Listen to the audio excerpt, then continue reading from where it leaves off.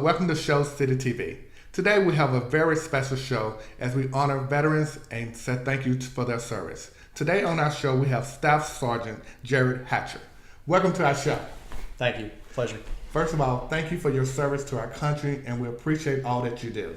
Thank you so much. Let's jump right into the interview. If you could tell us some of your history with the Alabama Army National Guard. Well, like you said earlier, my name is Jared Hatcher. I'm a Staff Sergeant in the Army National Guard. I've been in since 1998. I came in active duty. I had a little 2-year break in service, and then got out for a little while and realized that I needed to get back in because it's hard. It's a hard life to live without. I enjoy doing it a lot. I came back in 2001, 2002, and came in the National Guard, and I've been in ever since. So went to basic training in Fort Knox, Kentucky, back in 1998, which is now closed. They don't really have anything there anymore, so it was a long time ago. After basic training, went to AIT. When I came in, I was a 19 Delta, which is a cavalry scout. That's basically what your job is you go out and you go ahead of everybody else, and you're looking for, you're observing enemy positions, you're checking things out. That was a really cool job, and only did that for a little while until I reclassed into maintenance. And then shortly thereafter, I got out of the active component, and I came in the Guard. After that 2-year break in service, I came in the Guard as a fuel handler, and that's an awesome job as well. And I just basically built my resume up from there. Okay. How old were you when you first joined the Alabama Army National Guard? When I first came in, I was 17 years old. I was actually 17 years old. And why did you decide to join? I needed it. I really did. I was one of those guys that was just kind of, I really didn't know what I was going to do, when I got out of school. I was kind of looking for something, just something to give it a little bit of meaning to, I guess, what I was doing and where I was going in life. And I ended up talking to a recruiter, and he asked me, he's like, "Hey, what's your plan? What do you have going on?" And I was like, "Well, I really don't have anything going on." He's like, "Have you ever thought about joining the military?" And I said, "No, not really." We just kind of sat down and we talked about it, and I was 17, so I had to get my parents' permission. I had to get them to sign for it, and he just he laid everything out for me. I said, "Yeah, that's something I'd like to do," and I jumped in feet first. I've been in it ever since. That's very good. So that's what I want to do next. Let's lay out the history and kind of background of this. So let's let our viewing audience know today, first of all, what is the National Guard? That's a question that comes up a lot. When I talk to applicants or when I interview people, I ask them, "What do you know about the National Guard?" And most of them say they don't know much, just what they've seen on TV or, disaster relief and stuff like that. And what kind of differentiates us from the other branches of service, I'd like to be one of the first recruiters to tell everybody that there's no one branch of service that's any better than the others. We all wear the same flag and we all fight for the same team. But the difference between the National Guard and the active components is we are more of a community organized organization. We're the guys that you're going to see every day that work at your convenience stores. We work at your hotels. We work at Walmart. Correct. We have a civilian job. About out of a 30-day month, we have a civilian job, 27 of those days out of 30. The other couple of days we put on a uniform and we serve, and we do our drill 1 week in a month and 2 weeks during the summertime. And our main focus is primarily in the community, your disaster relief, your hurricane relief, the tornadoes and stuff that happen. We're those guys that are going to be the first ones on the scene, making sure the civilians are taken care of, and taking care of our own, basically giving back to our community. And that's what one thing is special about it. It is local people, as you said, they're working at our plants, teachers. As I was telling you, my brother's in the Alabama National Guard. He's a superintendent in Montgomery, but he does, the National Guard also. Right. So that is correct. It is our community of local people, church members, people that everybody would know. So, what are some of the benefits of being in the National Guards? Some of the major benefits that we have in the Alabama National Guard specifically, we actually just had our education benefits kind of had a revamp. The Alabama National Guard just passed a Senate Bill 315, which ups the ANGAB, which is the Alabama National Guard Education Assistance Program, and they're doing up to almost $5,000 per semester for guys now. So a lot of kids that you talk to, when you ask them about how are you going to college, what are you planning on doing for college? And they're like, well, my parents are taking care of college, or, I'm going on a scholarship, or this, that, and the other. Well, with these college benefits that we have, you're going to qualify for that stuff if you enlist and you join the Alabama National Guard. You're going to qualify for those education benefits. And we don't care if your parents are going to pay for you to go to college, but we're going to pay for it anyway. Correct. So why not save some of that money, put it back and have it when you get out of school and you get that degree.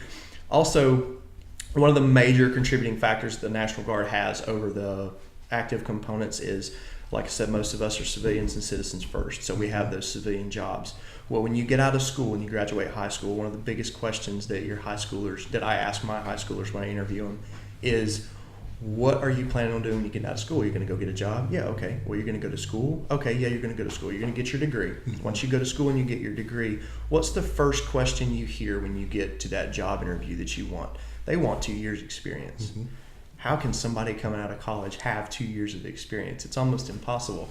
But if you join the National Guard and say, for instance, you want to take a career path for one of our jobs that we have that fits in with the civilian market, communications, electronics, security, basically any job that falls along those same lines, you've already got those 2 years of experience. So when you come out of college and you've got that degree and you go to that interview, you could go with somebody you just graduated college from, and the guy who's in the National Guard, he's already got those 2 years of experience, so he's going to get that job. So it sets you up for success, not only in the military and on the educational side, but it also sets you up for success on your civilian career side. So that just goes all back to giving back to the community, because that's what makes us more of an asset in the community. Awesome. So that's great benefits. Absolutely. So now we discuss the benefits. What are the requirements to get in the Alabama National Guard? Some of the major requirements that we have is you have to be a male or female between the ages of 17 and 35 years old. Okay. You have to be at least a high school diploma recipient or GED equivalent. You have to be able to pass certain physical aspects. You have to be in pretty good shape. You don't have to be in the best shape in the world, but you have to be in fairly good shape. Obviously our job can be quite strenuous at times. There's things that we're going to have to go through that normal, everyday people wouldn't, consider going through. That term that you hear a lot, the military does more before 4 in the morning than most people do all day. It kind of holds true, because some of that training is pretty tough and gets you up pretty early, and you got to be ready to go on a minute's notice. But those are some of the major requirements. There's some medical requirements as well, and that kind of, we handle those on like a case-by-case basis. Clean criminal record, nothing really big on your background, but that's another instance that we can handle on a case-by-case basis. It just kind of depends on what it is. But those are some of the major requirements. This is awesome. Well, we're going to be back after this short commercial and continue with our Veterans Day celebration.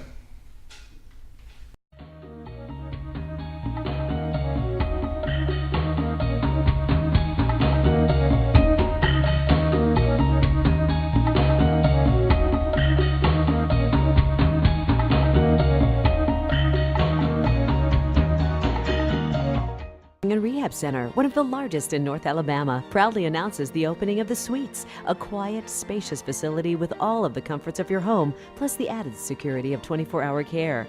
This 15-bed addition offers all private suites that include private restrooms with walk-in showers, carpet and hardwood flooring, kitchenettes, and a fine dining experience. Call Florence Nursing and Rehab Center, where an admissions specialist will answer your questions. Florence Nursing and Rehab Center, loving excellence in senior care.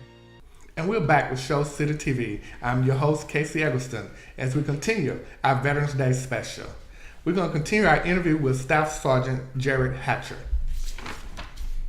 If you could tell us, how many units are in the Shoals area? In the Shoals area, kind of in the immediate area here, we've got about 4 National Guard units here.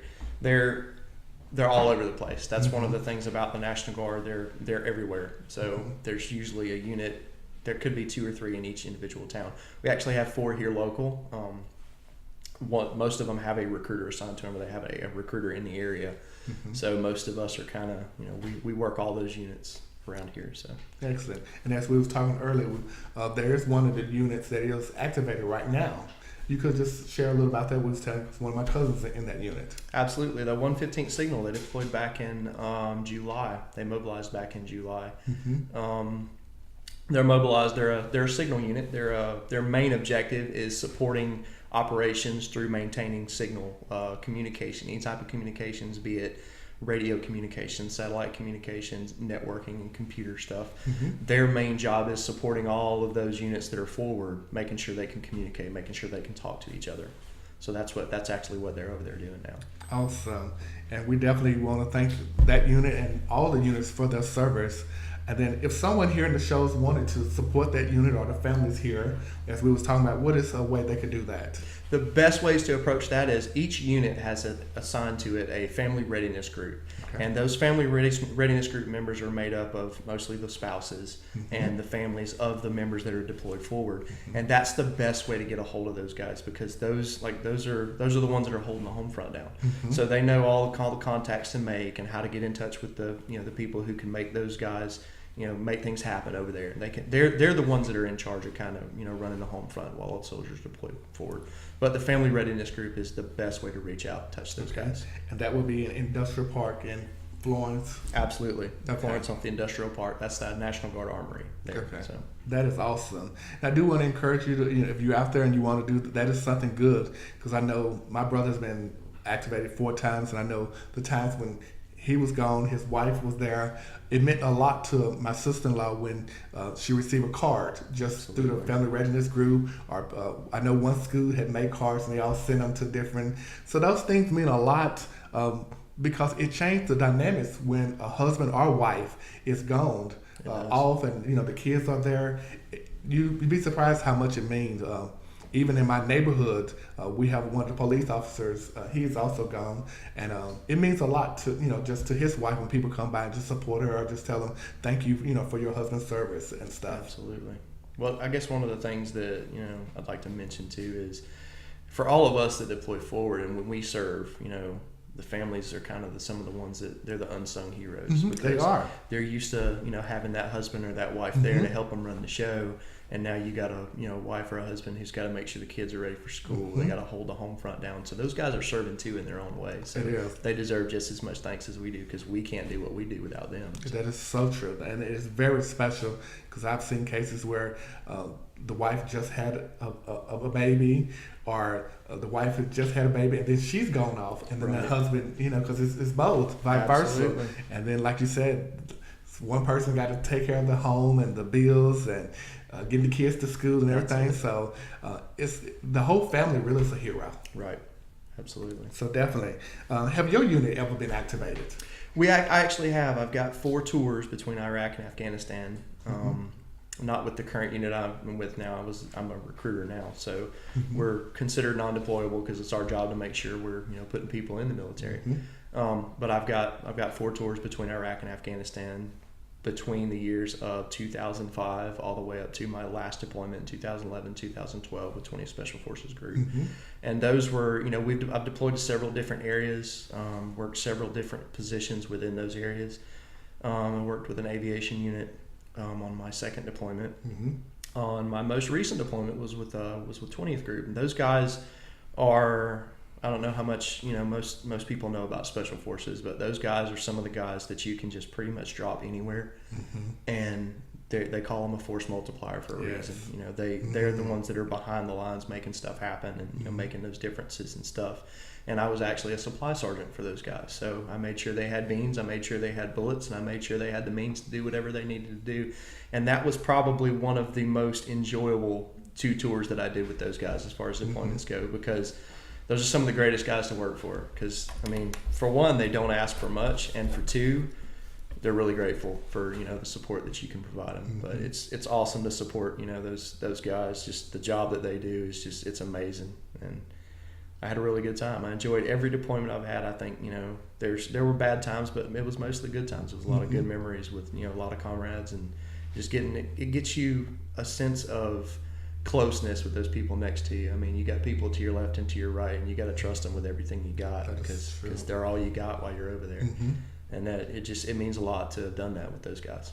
Awesome. On some of your tours, what is kind of a typical day? Typical day, it kind of depends on whether you work in day shift or night shift.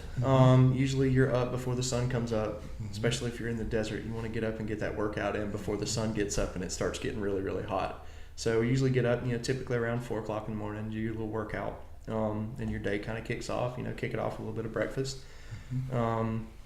depending on what your job is and where you're assigned, my job was a supply sergeant. So obviously it was coordinating logistics. Now we had teams that were deployed.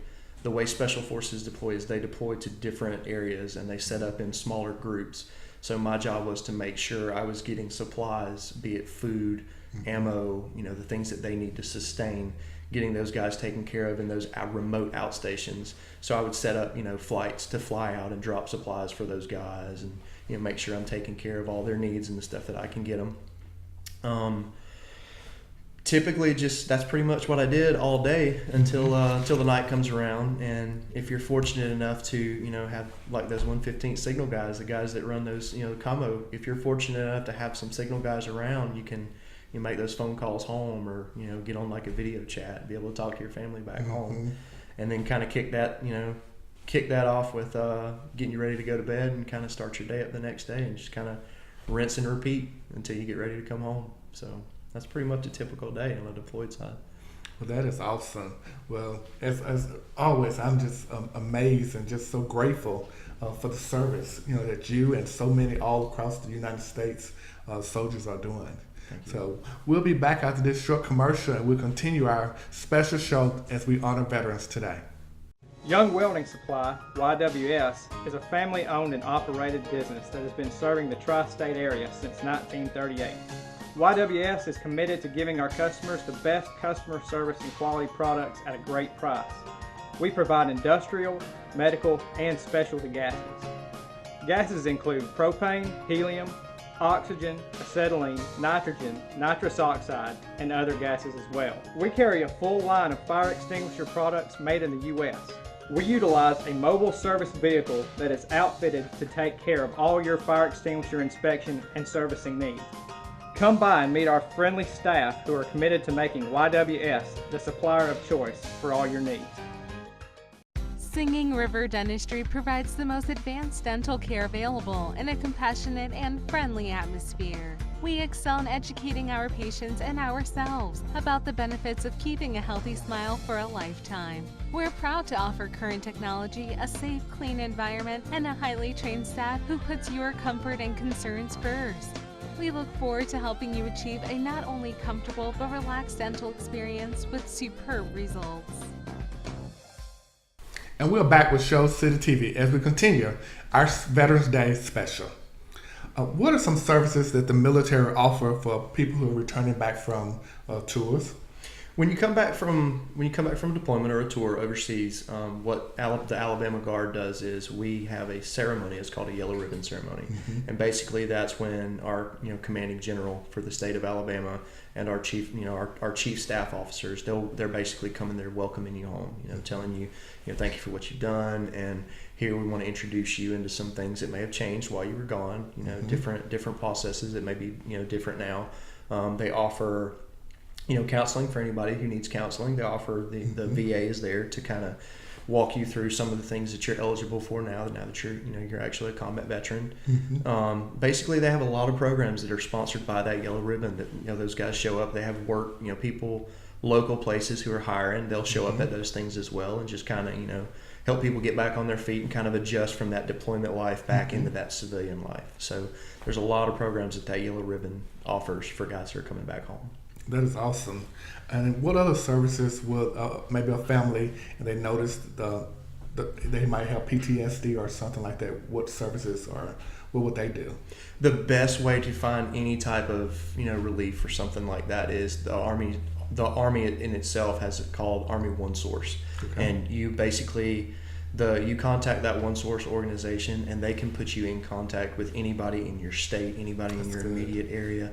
Those guys are really good about narrowing anything down, and they're open 24 hours a day, 7 days a week. And all you have to do is contact those guys, and they'll put you in contact with exactly the right person you need to get hold of. Okay, very good. Thank you. Absolutely. And now that you have kind of transitioned into a recruiter, tell us about what is a day like as a recruiter? Recruiting is probably, since one of the most, it's hard to explain the excitement that I have for this job, because I've had a really good career between the active Army and the National Guard, and I enjoy my job. And now that I'm a recruiter, now I'm able to share my experience that I've had and share the positive things that have happened in my career. I'm able to share that with anyone who's, looking to make that choice that I did. I'm able to share that with them and introduce them. Hey, this is some of the things that, we can offer you. So, I get up in the morning, a little bit later than I used to have to, when I was working my normal job. Get up a little bit later, I help get the kids ready for school, send the kids off to school, and I'm off to the office. I'll spend, on average, maybe 10, 15 minutes at the office checking my emails, and I'm out there, riding around, between my two counties that I'm responsible for. I'm at the high schools. We're setting up, displays in lunchrooms, talking to those high school students, letting them know that we're there, we're available. Engaging the community, speaking to people in the community. I'm in the malls, I'm walking around in the malls. We're everywhere. So, if you see somebody in a uniform and they got one of these badges on, if you're interested, if you've got anything you want to know about the military, that's what our job is. We're there to let you know what what we can do for you and how we can help you. So that's basically my job, and I'm home every day. Very so good. It's pretty awesome. And what is the test that students have to take to get into the Alabama Army National Guard? The biggest hurdle I think that people have problems with is that ASVAB test. You say that it's an acronym. It's another acronym. The Army's got so many acronyms. They break everything down and make it shorter. It stands for Armed Services Vocational Aptitude Battery. Okay. And most of our local high schools here offer that test to high school juniors and high school seniors. So they get that chance to take that test while they're in high school. Also, any recruiter can give them that test as well. And that it's kind of a big test, and it kind of, I guess, when they're first presented with it, it's a little bit overwhelming, but the test is based off a 9th grade level. So it's not extremely difficult, and it basically tests their areas of focus in the different skills that we have to offer in the Alabama National Guard and in the military in general. I highly recommend that test because not only is it required for military service, but we do something as a National Guard recruiter when we go to our schools that take the ASVAB. We do what's called a career interest inventory test with that test. And we take that score that you made, and there's a matrix that we use that kind of shows what would give you the most satisfaction as far as a job is concerned. So it's not specifically just for the military. It is required for entrance, but it can also let you know what job you would most enjoy doing based off how you scored on that test as a civilian too. So it's got other uses other than just the military. Very good. After a person enlists, what is he or she expected, or what should they expect after they enlist? After enlisting in the Alabama Army National Guard, one of the things that we offer exclusively as the Guard is we have what's called the RSP, or the Recruit Sustainment Program. Okay. After enlistment, in my particular area that I recruit out of, our RSP detachment is in Huntsville. And our job is to make sure we are training those guys, because when you swear into any of the active components, you swear into what's called the Delayed Entry Program. And that basically, you swear in, you raise your right hand, but you're not active until you ship off and finish basic training in AIT. Well, when you swear into the Guard, you are in the Guard. You're active in the Guard. You're enlisted in the Guard. And you start drilling right after you swear in. So if you enlist as a high school junior, getting ready to go to basic training, you can enlist as a high school junior and you can do your basic training over the summer. And then you come back, you finish your senior year of high school, and then you go back and you finish your AIT to finish for your job. Now, you've already got almost 2 years knocked off your contract. But in between that time, while you're in high school, you're drilling with RSP. So they're paying you to drill. You're attending school, you're doing high school, and you drill 1 week in a month. So they're paying you to drill, and they're also training you to pass basic training in AIT. That's their job, is to make sure you're ready, to keep you ready for that next point in your career. And then once you graduate your AIT, you come back, and then the RSP releases you to your unit. Okay. So that basically, it's their job is to prepare you to go off to basic training. Now, some of the people that go through our RSP, there's a higher success rate for them completing basic training. Basic training is a little bit strenuous. It's one of the more taxing training institutions that we have, because that basically it trains you the basic needs of a soldier, how to move with as a unit, how to communicate as a unit, how to engage the enemy, how to basically become a soldier, how to march, how to wear your hair, how to look in a uniform. That they're teaching you all those basic things, and that RSP program actually prepares you for that, so it gives you that heads up. Awesome. Thank you so much. Absolutely. And we'll be back after these short commercials. And your holiday one stop, no matter what time of year it is. from Bass Pro fishing items for the weekend on the river to the grill and accessories you need for that summer barbecue. And we have paint that is perfect for any project, indoors or outdoors. We have you covered. Remember, case knives are available throughout the year no matter the occasion. Come see us at Discount Dan's Home Center. If we don't have it, you probably don't need it. Good morning. Thank you for calling Fuller Heating, Air, and Plumbing. How may I help you today? I'm having some problem with my air conditioner. Oh, I'm sorry to hear that. What sort of problem? Well, it's making a clangity, clunk sound. Oh, no worries. We can certainly take care of that for you. Here at Fuller Heating, Air, and Plumbing, we speak your language. And we're back with Show City TV. Once again, we want to thank you so much, Staff Sergeant Jared Hatcher, for being here. And we definitely want to wish all veterans a happy Veterans Day. Lastly, if someone would like to join the National Guard, how would they contact you? We're easily reachable. Like I said, we're always out there. We're always in the community. One of the best ways to get a hold of us is on our cell phones that we have on us 24/7. My number is 256-525-5053. If I don't answer the phone, it's probably because I'm in a school or maybe interviewing somebody. But leave me a message. I'd be glad to get back with you. We also have a website. It's nationalguard.com/Alabama. And if you're interested in anything as far as the National Guard goes, it asks you for your zip code. You put your zip code in, and they will put you in contact with the nearest recruiter that's close to you in that area. And those are the best ways to get a hold of us. Awesome. Thank you so much for your service. Thank you so much for your time. And once again, thank you to all our veterans, their families, everyone who support our veterans. We appreciate you and honor you. Happy Veterans Day.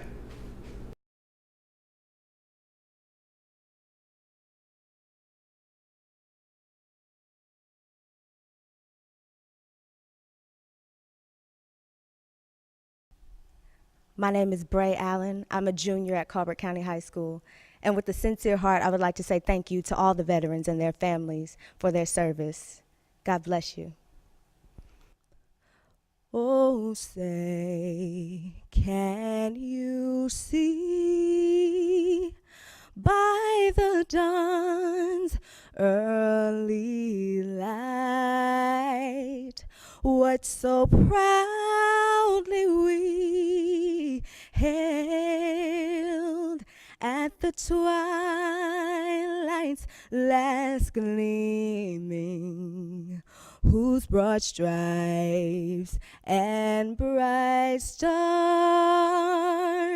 through the perilous fight o'er the ramparts we watched were so gallantly streaming, and the rocket's red glare, the bombs bursting in air, gave proof through the night that our flag was still there.